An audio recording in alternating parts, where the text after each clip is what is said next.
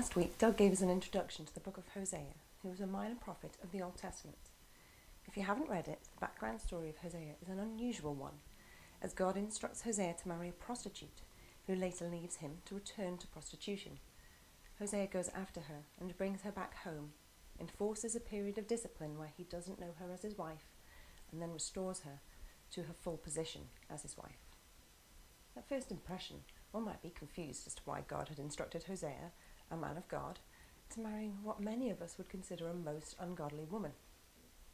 God was teaching Hosea how God himself was feeling with Israel, his own bride and beloved people. Hosea's prophecy was the last prophecy God gave before the Israelite exile from the land only 10 years later, and followed Amos's prophecy with a similar warning from only a few years before.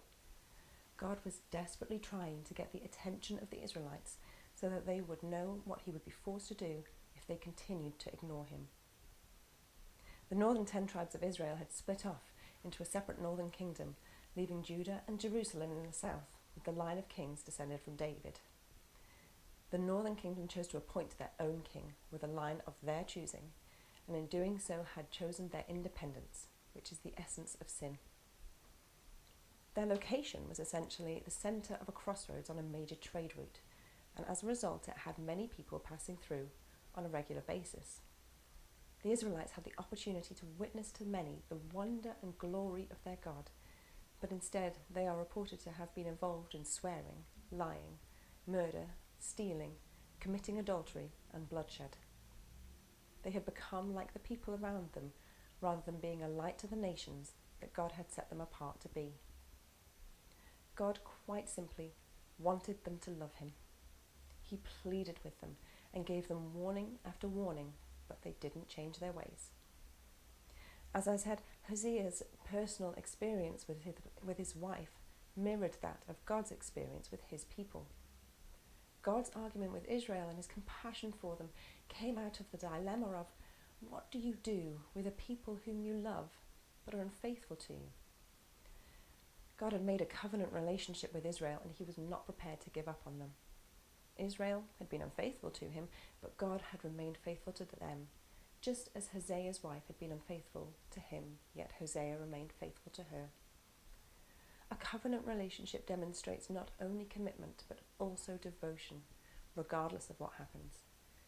Think about the marriage vows, which is also a covenant relationship, for better or worse, for richer for poorer, in sickness and in health. It says, no matter what comes, I will still be there through it all. Hosea 11, verses 8 to 9 says, how can I give you up, O Ephraim? How can I hand you over, O Israel? How can I make you like Admah? How can I treat you like Zeboim? My heart recoils within me. My compassion grows warm and tender. I will not execute my burning anger. I will not destroy Ephraim, for I am God and not a man, the Holy One in your midst, and I will not come in wrath. This is a message of kindness from God to his people and is filled with the tenderness of a loving Father. As you read the book, we see that God identifies the guilt of the sin of the people with 4 key parties: the priests, the prophets, the princes, and the prophetess. The priests were meant to remind people of how to return to God, that where there is sin, sacrifice is available. But instead of being an example to those around them, they were just as bad as the rest of them. There were many false prophets around who said that things would be okay and that God wouldn't really exercise his judgment on his people. A good God, though, is one who disciplines those whom he loves, as that is essentially a kindness to help them to get back on the right track. The princes were responsible for the people, even though God had not ordained the line.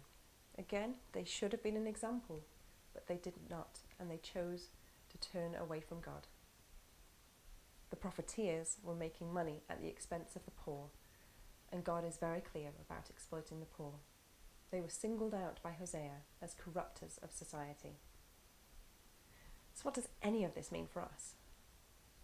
God is kind, loving, always faithful, and will give every opportunity for us to be in relationship with him.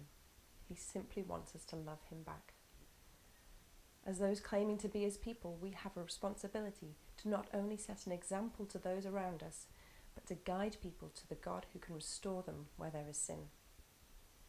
The message here is take the opportunity while you can to come back to God, when and if you go astray.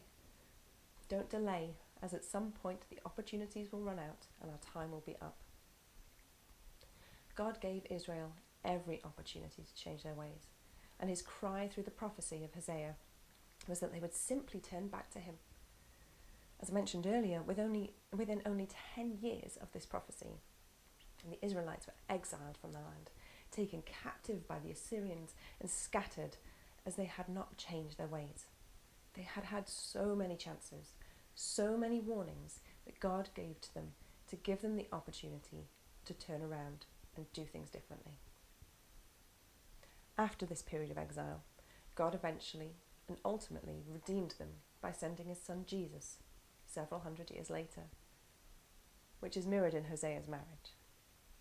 Jesus is the faithful bridegroom who never gives up on his covenant love. And I would encourage you to take the opportunity now to pray, because the reality is we can do nothing without prayer. Pray for a soft heart towards God, to be ready to turn to him as soon as sin enters your life, which it will, and thank him for his devotion and kindness and for never giving up on you. Take care. See you next time.